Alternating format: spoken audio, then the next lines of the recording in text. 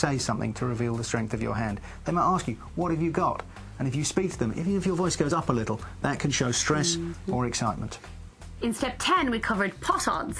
That's right, this is the mathematical side of the game. Sounds a bit frightening, but don't worry. Essentially what it comes down to is what we call pot odds. Are you getting value from the pot? If you're being asked to bet 100 to win 300, i.e. you're getting 3 to 1, but your chances of making your hand are 2 to 1, well then, you obviously make the bet. But if your chances are of making your hand a 2 to 1 and you're only getting evens from the pot, then you fold. Simple.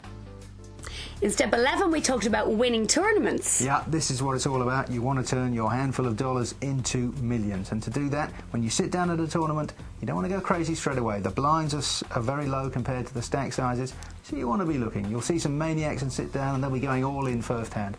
Those guys, they're not going to last. What you want to do is be a bit circumspect until the blinds begin to go up. Then you move into the accumulation phase. You do get a lot more aggressive, you do want to play more hands, and you want to play them very forcefully.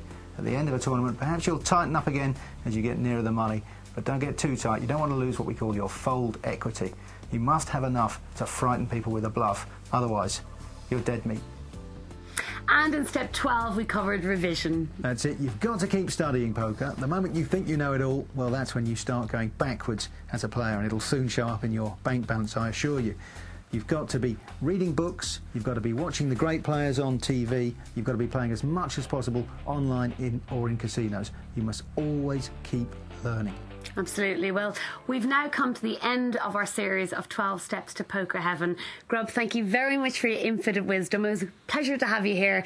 And I'm sure we'll be seeing a lot more of each other at the card tables. Well, I hope not, because, of course, I've now created a monster. A very monster. attractive monster. Well, I didn't have to dig up parts from graves and construct her using electricity, but she's now a poker monster.